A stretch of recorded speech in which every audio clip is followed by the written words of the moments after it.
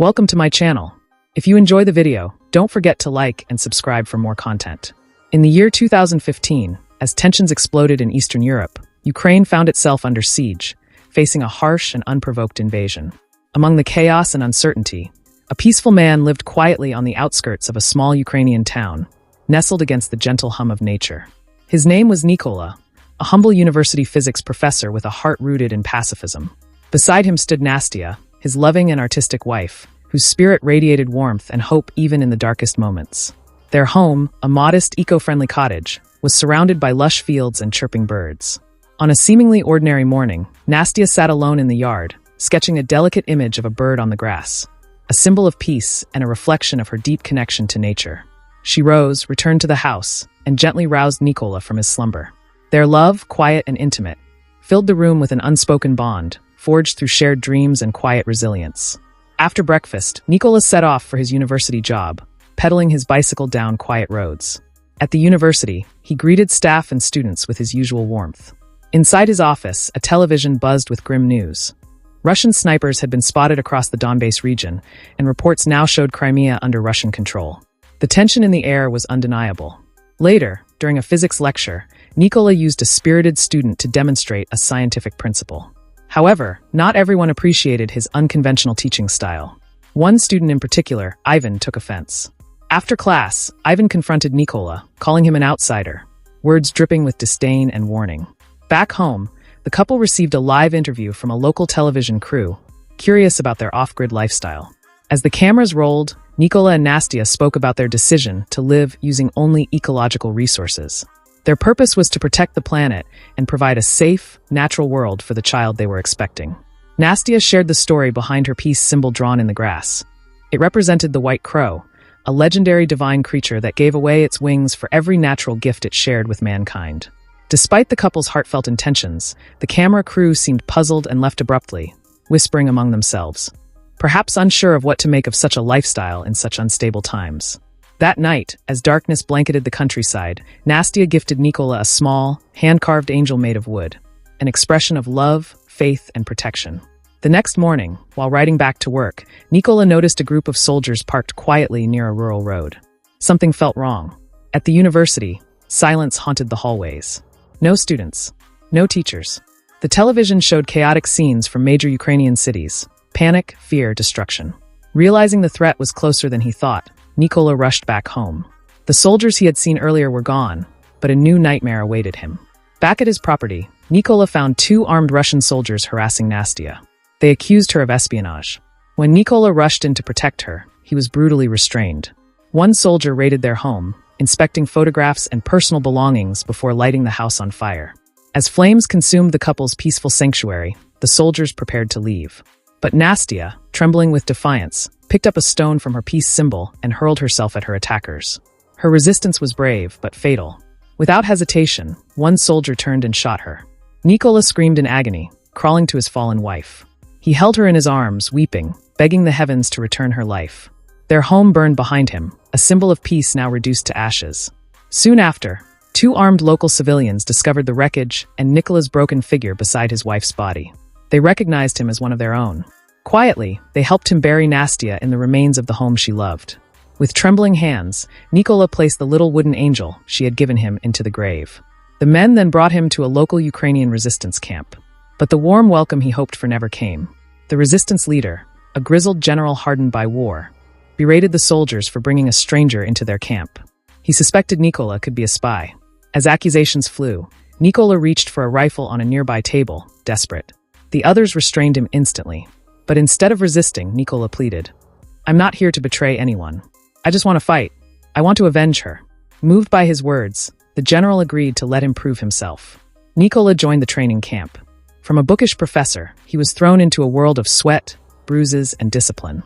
He struggled at first, his body not yet molded for war, but day by day, his determination grew. During a combat drill, Nikola declared, "I am no longer the man I was. I've given up pacifism. From now on, call me Crow." The general smirked, unimpressed. "Earn it first," he said. Training intensified. Nikola pushed himself past every limit. The recruits were soon asked who among them would volunteer to be snipers, a critical and dangerous role. Nikola raised his hand. The general scoffed, but Nikola proposed a test. He would disassemble and reassemble a Kalashnikov rifle in 20 seconds, blindfolded. Spectators watched in awe as Nikola completed the task flawlessly, his hands guided by focus and resolve. A murmur of approval rippled through the camp. Ukrainian officers, observing from afar, nodded in recognition. Now wearing a soldier's uniform and stripped of his old life, Nikola was sent to a specialized training facility for snipers.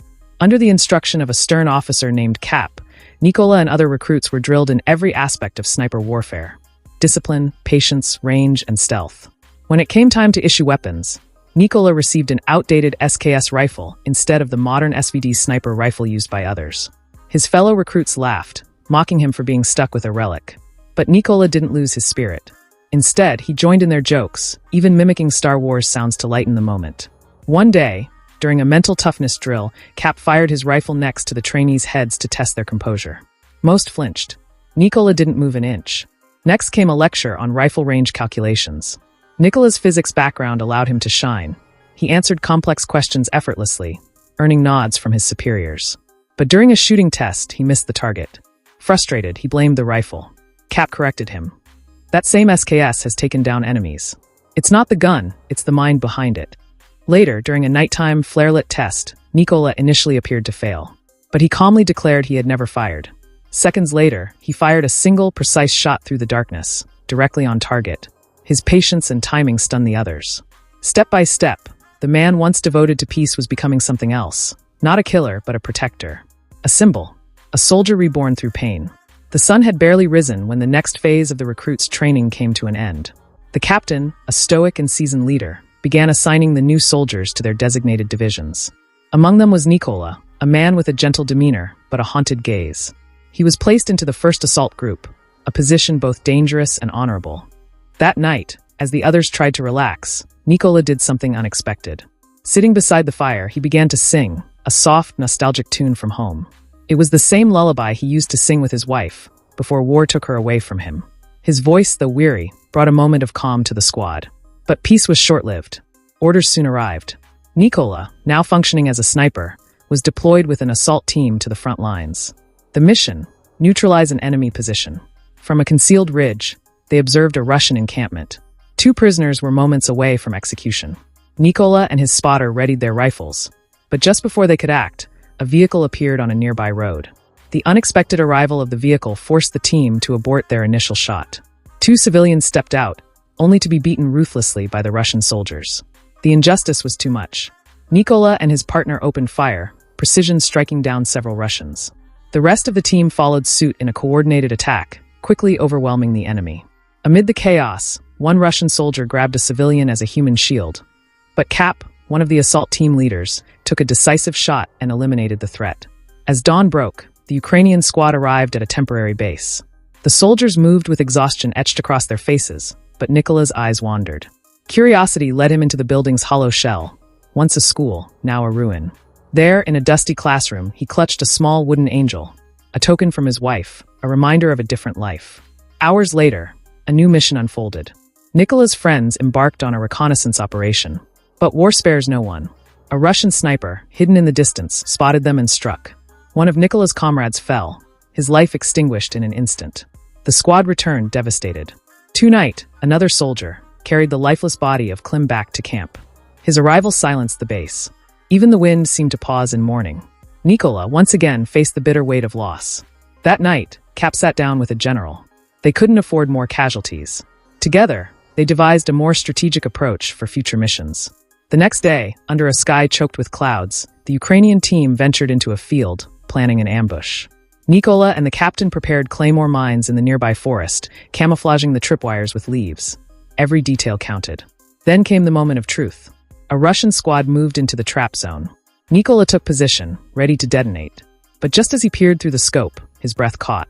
One of the enemy soldiers was Ivan. Nikola whispered the name aloud. The young man was once his student. Duty clashed with memory. But the mission had to go on. Nikola triggered the explosive, engulfing the squad in fire and smoke. The operation was successful, but his heart was not. Later, as the remaining soldiers regrouped in a makeshift aluminum shelter, Cap showed Nikola a photograph, his wife and daughters. He confided that he had told his daughters he was away on business, not fighting a war. He wanted to protect their innocence. When Cap asked about Nikola's wooden angel, Nicola quietly explained that it symbolized his wife and the child she never got to meet. There was a deep pause between them. Two soldiers, each clinging to memory in their own way. Soon after, Russian forces were spotted moving through the forest in camouflaged trucks. Among them, Nicola identified the man who murdered his wife. Emotions overtook logic.